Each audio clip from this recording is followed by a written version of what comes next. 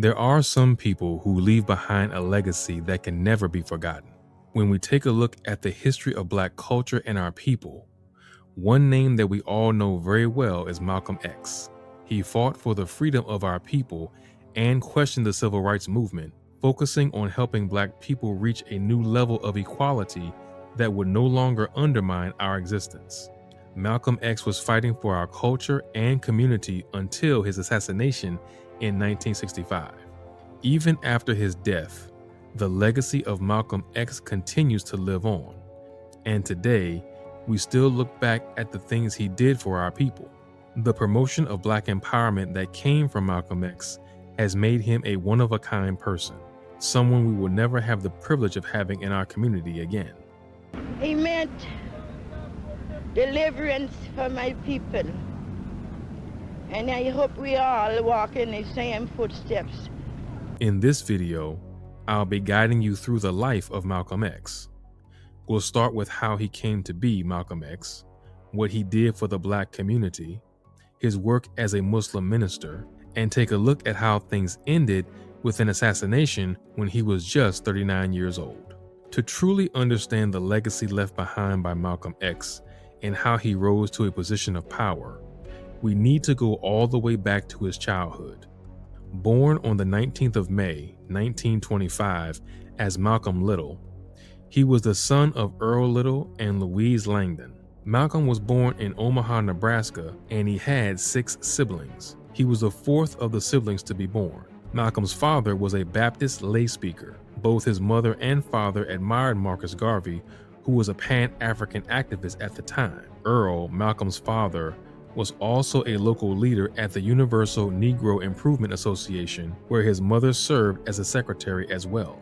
As you can see, Malcolm was exposed to activist activities from an early age. One could say that this is what shaped him in his early years. Due to the activities of his father, the Ku Klux Klan said that he was spreading trouble. This caused them to relocate 2 times, first to Milwaukee and then to Lansing in Michigan. Unfortunately, the Black Legion in Michigan harassed Malcolm's family after they moved here. This was a white racist group. Earl also accused the group of burning down their house in the year 1929. Earl passed away when Malcolm was just 6 years old. His death was attributed to a streetcar accident. However, Louise, Malcolm's mother, believed otherwise. It wasn't just Louise who believed so. Rumors quickly started going around that the Black Legion was responsible for the death of Earl. By 1938, Malcolm was separated from his mother after she had a nervous breakdown. This breakdown occurred after a man she was dating disappeared when she found out she was pregnant. Following the breakdown, Louise was sent to Kalamazoo State Hospital, and the children got separated. All of her children were sent to foster homes. Malcolm went to high school in Michigan, but in 1941, just before he graduated, he decided to leave school. He later came out publicly with the reasons for leaving school. Even though Malcolm did very well in high school, he was told that aiming to become a lawyer was an unrealistic goal for a nigger by a white teacher. A brilliant student, Malcolm was discouraged and demeaned by white teachers, who ultimately pushed him to drop out of school at age 15. At the age of 14, Malcolm started to take on jobs. He stayed with Ella Little Collins in an area of Boston that mostly consisted of African Americans at the time. Malcolm moved to the Harlem neighborhood in New York in 1943, where he decided to take up a job at the New Haven Railroad. This was a bad time for Malcolm. He started to engage in gambling, robbery, and drug dealing. He even became a pimp at one point while working at the railroad. When the local draft board summoned Malcolm for military service in 1943, he decided to ramble and declare himself mentally disturbed. He was disqualified for military service due to this. Malcolm moved to Boston in 1945, where he started to steal from the wealthy white individuals in the area. He was arrested 1 year later in 1946 and was sentenced to serve up to 10 years in the Charlestown State Prison. Malcolm's time in prison is what set the foundation for who he was to become later on. This started with an opportunity to meet John Bembry, who was a self-educated man. John inspired Malcolm to develop a love for reading. In prison, Malcolm learned of the Nation of Islam, which he later joined. This happened even though he showed significant resentment to the idea of Christianity, which even landed him the nickname Devil in prison. Malcolm wrote to Elijah Muhammad in 1948 and soon after became a member. He also left his family name and replaced it with an X, as instructed by Elijah. This is how he became known as Malcolm X instead of Malcolm Little. By 1953, Malcolm X worked his way up to become the assistant minister for the Nation of Islam's Detroit Temple No. 1. He was active in the establishment of a temple in Boston and later in Philadelphia. Malcolm then became the leader of Harlem's Temple No. 7, where he was able to increase the following of the Nation of Islam rather quickly. During his advocacy in the Nation of Islam, he adopted their teachings, and this became his way of educating Black people.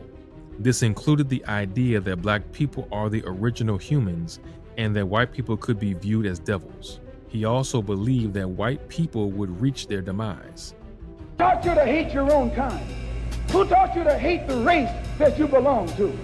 So much so that you don't want to be around each other. No, before you come asking Mr. Muhammad, does he teach hate? You should ask yourself, who taught you to hate being what God gave you? He was criticized by many for his teaching. However, we need to consider the fact that slavery had been abolished less than a century ago at the time. His direct ancestors had to endure hardships due to the way the whites treated them. He and the Nation of Islam had their reasons for creating this type of teaching, and through these beliefs, Malcolm X fought for the freedom of Black people. In 1962, Malcolm X started to question the relationship he had created with both the Nation of Islam and with Elijah Muhammad. He specifically questioned the lack of response to LAPD violence against Black people. He also became concerned about Elijah's sexual misbehavior. Violence from the police against Black people was very common during this time. Malcolm X was not only a member of the Nation of Islam, he was also an activist and had a big role to play in the civil rights movement. He wanted to make sure Black people were able to get treated with respect. They would be able to have the same laws as other people. Media coverage of Malcolm X made him quite famous, especially among the Black community. However, at the same time, members who were part of the Nation of Islam started to look at Malcolm as a threat to the position that Elijah Muhammad held at the time. Even books written about the nation featured Malcolm X on the cover and not Elijah. This caused Elijah to become upset. On the 8th of March, 1964, Malcolm X decided to leave the Nation of Islam. He made a public announcement regarding his departure from the nation and specifically mentioned organizing his own Black nationalist organization. Minister Malcolm, when you broke with Elijah Muhammad back in March, you said it was because the Black Muslims were too narrowly sectarian and inhibited, and because Elijah Muhammad had become blindly jealous of you and the personal following you had gathered.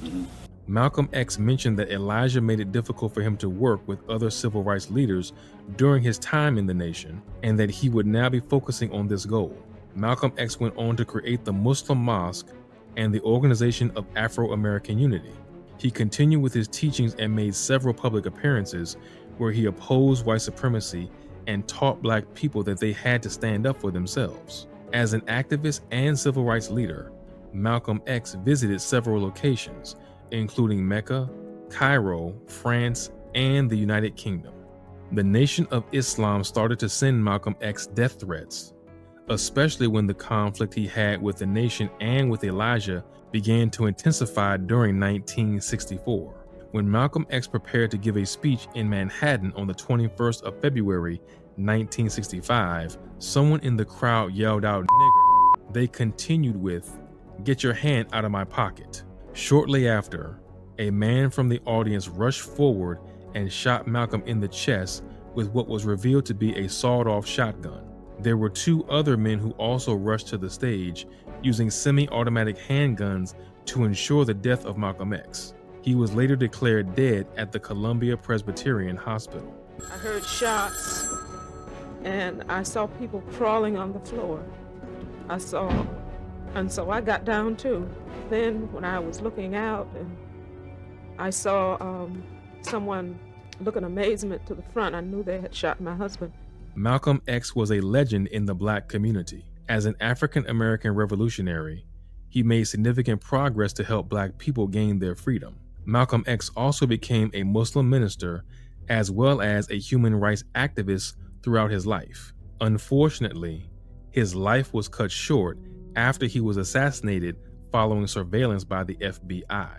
Even today, we continue to celebrate Malcolm X for his ability to go from living in foster homes to becoming a renowned individual within the Black community. He initiated several organizations to fight for Black people in his life, and even after his death, his legacy has continued to help us gain freedom from racism and inequality.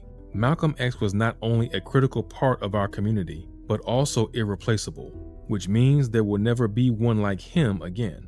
This is why we have to continue telling his story and ensure the world knows the difference he made in Black culture.